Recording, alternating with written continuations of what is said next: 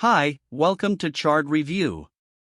An alien parasite comes to Earth and ends up infecting a former journalist who begins to develop superpowers in an insatiable appetite for carrion as his internal organs are slowly devoured by the creature. Today we will recap the story of Venom from 2018 and Venom Let There Be Carnage from 2021. The ship that was off Earth conducting research with extraterrestrial life forms known as symbioses suffers some sort of security breach and ends up going into orbit at full speed, crashing into the ground with an impact force so absurd that it ends up taking the lives of the scientists and releasing one of the alien creatures. When the rescue team arrives at the crash site, they find one of the astronauts still alive and take him straight to the hospital. But this man has had his body invaded by the symbiote that escaped, and in the middle of the trip he wakes up totally insane and begins to attack the rescuers. Parasitizing. The body of one of the team members a few months after the accident, Eddie Brock, a rather famous investigative reporter, is sent by his boss to do an exclusive interview with Carlton Drake, the owner of the Life Foundation, the space exploration company responsible for the rocket that crashed with the symbioses. The broadcaster's goal is to flatter the businessman to try to clean up his image, but Eddie refuses to do this. During the night, the reporter takes advantage of his fiancée and sleep and begins searching for confidential files involving Drake and the Life Foundation. Anne happens to be a lawyer, and since her law firm works for the billionaire, she has dozens of confidential files about the accident and the research conducted by the company. After spending the early morning hours investigating the cases, Eddie goes for an interview and instead of talking about the rockets as his boss ordered, he starts accusing Drake of conducting his research on humans. After the accusation session, the billionaire throws him out of the building and uses his influence to take away the jobs of both Eddie and Anne, who, disgusted at having her life ruined by her fiancé, decides to call off wedding and separate at the Life Foundation. After months of doing tests with the semblance on animals, Drake discovers that the alien creatures work like an organ donor, where the parasite and the host need to be compatible for both to live well. With this discovery, the billionaire finally decides to begin human trials to achieve symbiosis. He then convinces a homeless man to volunteer and takes him to the lab to be the first guinea pig. However, as it was obvious, the experiment goes wrong and the man ends up being devoured from the inside out in an extremely painful stay by the symbiote, putting an end to his life, but Drake simply asks them to send the next guinea pig. Seeing another human being eliminated so coldly and knowing that more and more people will lose their lives as guinea pigs, the scientist, Doris, decides to seek out Eddie and tells him all the plans and experiments on homeless people that Drake has already carried out. But the former reporter refuses to help her gather the evidence for fear of having his life ruined once again. After Dora's visit, Eddie pays a visit to Anna's apartment and discovers that she is in another relationship with Dan, a medical surgeon.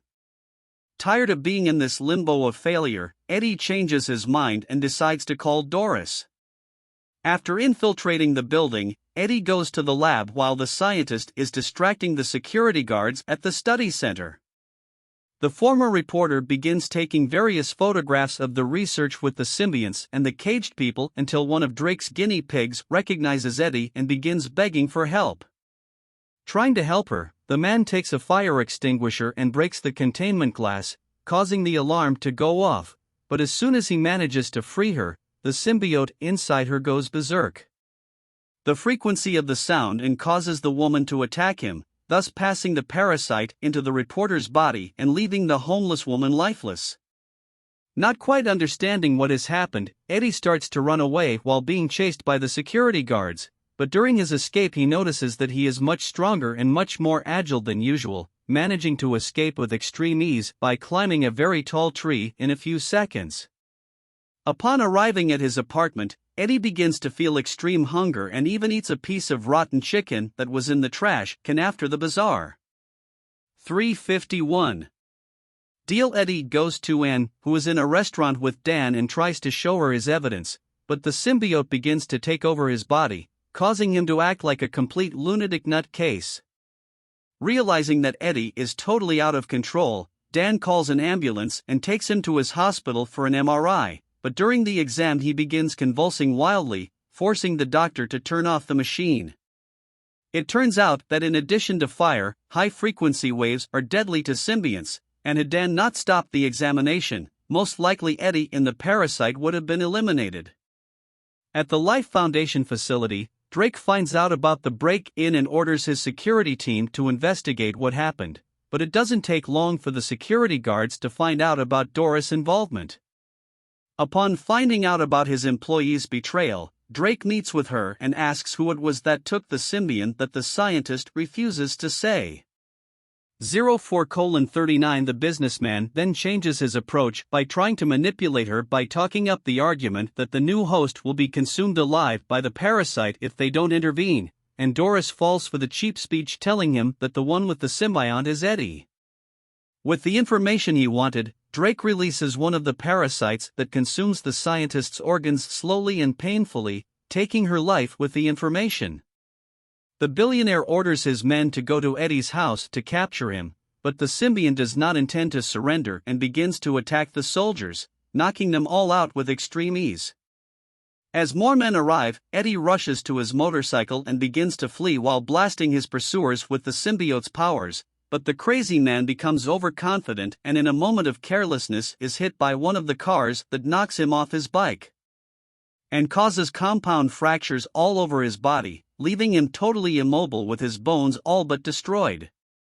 Eddie is picked up by one of Drake's men, but the symbiote heals all of the man's fractures and takes control of his body, transforming him into an extremely gruesome-looking alien that begins to lick the man's face and devours the head of one of the military men as if it were a simple breakfast. As soon as the police arrived, the symbiont starts running and jumps into the sea, escaping to the middle of the ocean where he introduces himself as Venom after explaining what he is. The symbiote tells Eddie that Drake has built another rocket and that this time his plan is to bring all the millions of symbiotes that exist to Earth to use in his experiments on humans. But Venom says that if Drake does this, the others of his kind will not be subordinate to Drake and will devour the entire planet until there is nothing left. Before going to the rocket, Eddie stops by his old job and scales the building like a Spider-Man until he reaches the office of his former boss. He then leaves his cell phone with all the pictures he took in the lab, proving all the accusations he made that caused his dismissal as Eddie comes down from the building. He is surrounded by special agents who start firing gas rounds, but Venom takes control and manages to eliminate each of the military. But just as he was about to devour the head of the last man and appears in, scared forces Eddie to return to his original form, preventing him from making his snack. She then tells the reporter that Dan wants to run some more tests and takes him to the hospital. While all this was going on, that other symbiont that managed to escape during the accident was parasitizing various bodies until he found out about Drake's plans and used the little girl is his host to take him to the businessman, thus possessing his body. At the hospital, Dan tells Eddie that Venom is slowly consuming his organs while inside him, but the symbiote is not at all happy to have his secret revealed and becomes so furious that he attacks the doctor and takes advantage of his weakness against high-frequency waves and manages to get the alien out of Eddie's body and trap him in a room. But Venom manages to get out through the air pipe and parasitize the body of a poor dog. 07:18 Not imagining that the symbiote has managed to escape, Eddie decides to go home, but is captured while still in the hospital elevator and taken to the Life Foundation headquarters by Drake's men. Venom then goes to and with his canine host and possesses the woman's body. In Drake's office, Riot takes over and threatens Eddie to get Venom's location, but since the reporter doesn't know where he is, the businessman decides to just dispose of him and orders his men to take him into the middle of the forest to finish him off. However, Venom emerges from the trees possessing Anna's body and saves the reporter by devouring the military's head after returning to Eddie. The symbiont assumes his original form and begins running toward the spaceship to destroy it. In the operations room, Drake starts the rocket launch count, but when he realizes that one of his employees wants to abort the mission, he assumes the form of Riot and throws the scientist against the wall, impaling his body and generating widespread chaos in the place. With his plan underway, Riot begins to run toward the rocket, but is stopped by Venom, who challenges him to a battle and gives him a tie, but the villain manages to get rid of it easily by making some thorns appear from his back as the fight progresses. Venom takes too many hits and is completely outnumbered, separated from Eddie and left completely defenseless.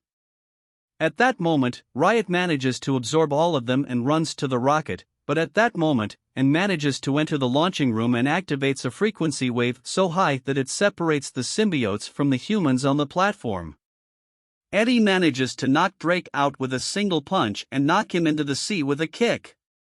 08:46 However, Riot manages to merge back into the businessman's body and drives a stake through the torso of the reporter, who lies agonizing on the ground.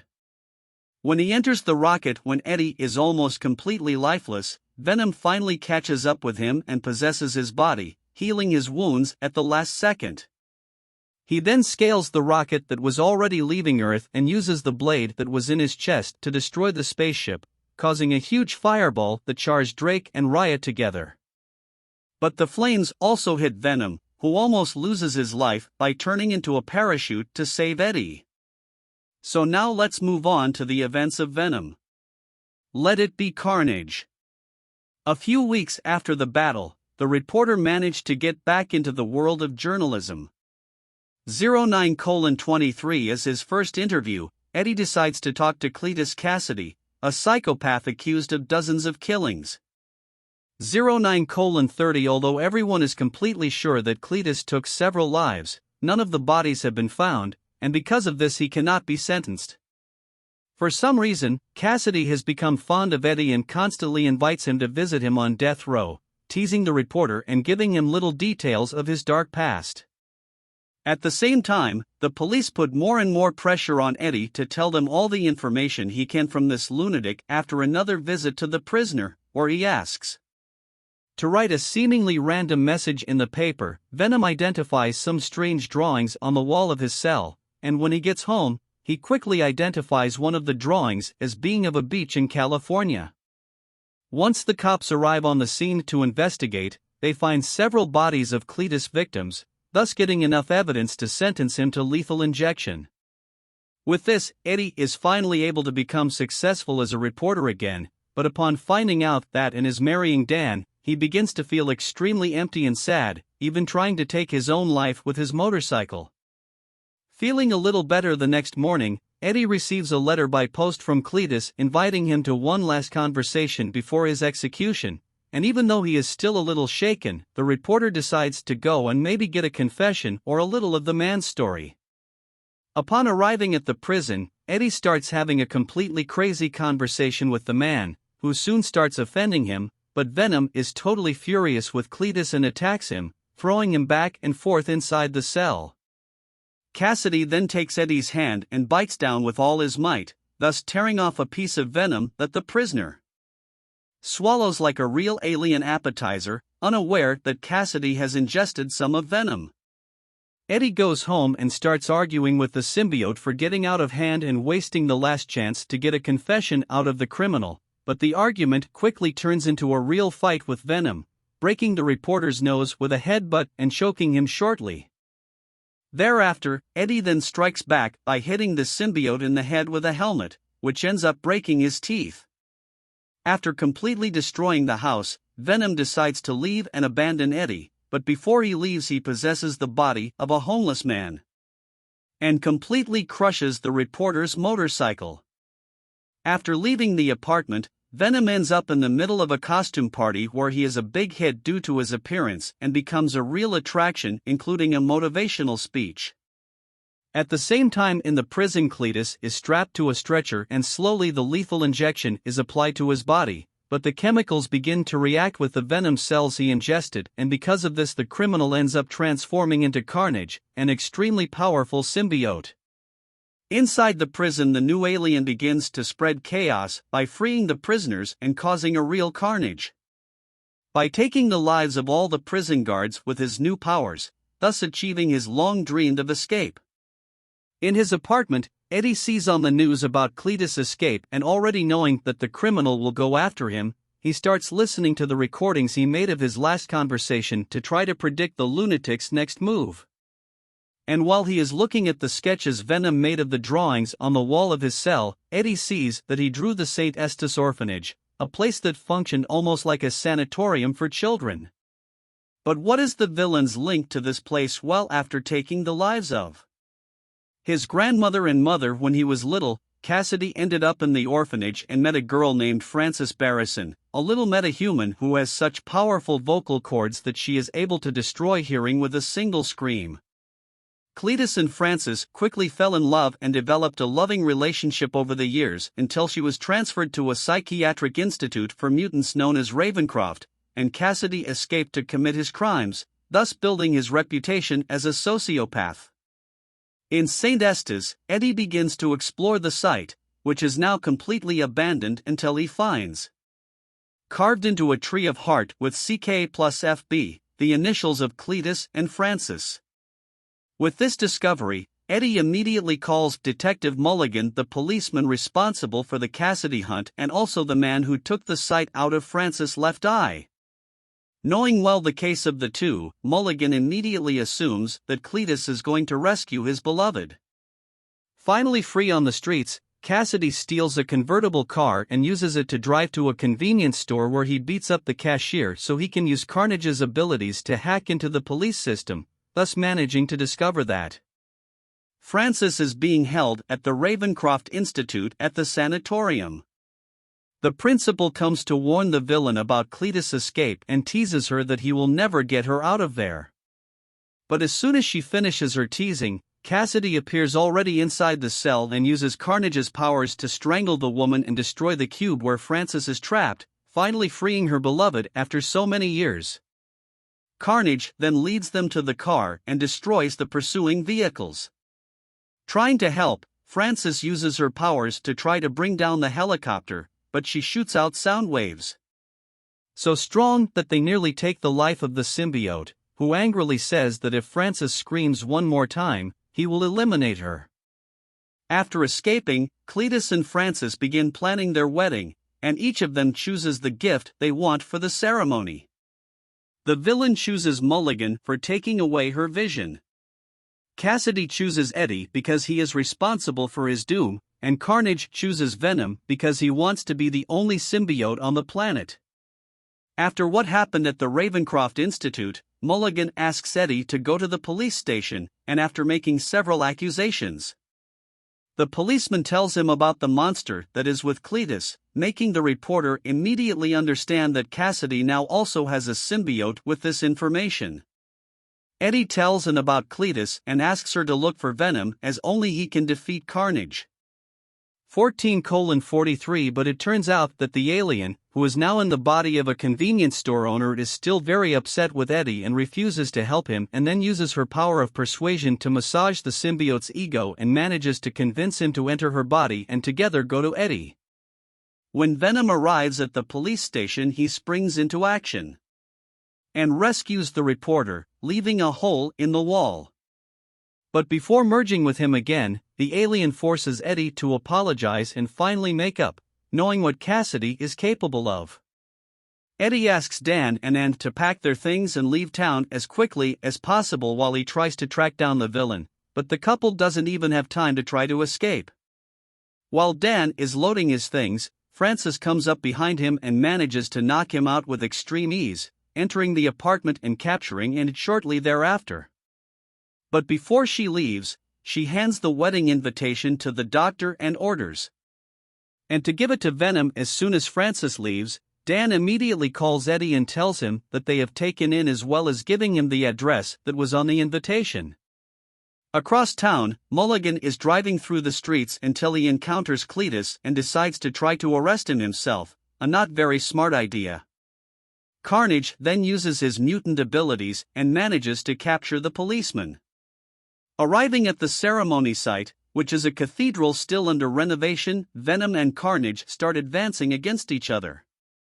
Carnage then hits her with a supreme mega slap and ordered her to stop screaming, but Cassidy is enraged at the symbiote for assaulting the woman and tries to get loose.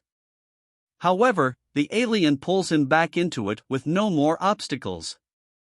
Venom sets off on his enemy and manages to knock him to the ground with a wrestling blow, but Carnage quickly gets up looking like the girl from The Exorcist and pins Venom against the wall using some darts with his enemy trapped. Carnage catches Frances, who is about to take Mulligan's life, and orders her to use her powers to kill Venom. But while they are arguing, the cop manages to run and uses the elevator. Go to the top of the building to call for reinforcements. However, he is followed by Frances, who shoves a tool into his back and begins to crush his eye to take his vision away, just as he did to her. After this, Frances ties a chain around Mulligan's neck and hits a volley into the chest of the policeman, who collapses, breathless as he falls against some steel bars. Downstairs, Carnage catches the priest with his tentacles and devours the poor guy's head, which makes him bigger and stronger, as if he had eaten a Mario mushroom. Venom manages to push the villain away, and Dan, who is just arrived at the place, takes the opportunity to set the alien on fire with gasoline and a blowtorch, but this only serves to make him the villain's target. Carnage then goes over to the doctor and holds him down with his tentacles as he prepares to disembowel him, but Venom manages to get rid of the darts and holds the symbiote by the neck, preventing him from eating the doctor's head. At that moment, the church bell begins to ring and the vibration of the wave causes the two aliens to lose their strength, momentarily leaving Eddie and Cletus in a face-to-face fight. Being an insane psychopath, Cassidy gets the upper hand in the grappling, and after hitting a kick to the reporter's face, uses a plastic bag to choke Eddie. But at that moment the bell stops ringing and Venom can finally fight back, throwing Carnage away. After a few more moments of fighting, the villain ends up hitting Venom with a critical blow that goes back into Eddie's body. Cletus then picks up a sledgehammer and uses the tool to land several blows on the reporter, breaking his knees before finishing the fight. Carnage catches Anne, who is gagged, and decides to eliminate her in front of Eddie, but Frances disapproves of the attitude and asks Cletus not to do it. The symbiote then uses its tentacles to silence the woman and says that it will eliminate her as well, but Cassidy refuses to do so and tries to separate himself from Carnage lying on the ground. Venom sees the whole scene and realizes that they are not compatible and that it is therefore easier to separate them. He then gets up and goes to the top of the church, where he drives a steel stake through the symbiote's head, but it is not very effective. With and about to fall, Venom uses his last strength to save the woman, while the villain uses his tentacles to pierce his heart. As a last resort, Venom throws Frances off the top of the church, which begins to crumble while falling. The woman screams louder than ever, which ends up separating the humans from their symbiotes during the fall. Venom then bridges the gap between Dan and Anna's bodies and manages to get to the ground before Eddie does, cushioning his fall. Cassidy, on the other hand, is not so lucky and has his bones completely fractured on impact on the ground. Carnage in his original form begins to crawl to Cletus, however, Venom quickly steps on the symbiote and devours him in one go. I don't even want to imagine what that tastes like. In his final moments, Cassidy begins to give his psychopathic speech, but Venom has no patience and devours the nutcase's head while he is still talking, adding him to his list of unknowns. Finally, since they are being sought by the police, Eddie and Venom decide to take refuge in the middle of a deserted island until the dust settles, and so ends the career of the lethal protector, Venom, temporarily. Please leave it in the comments below, and if you like the video, please like and subscribe Chard Review for more.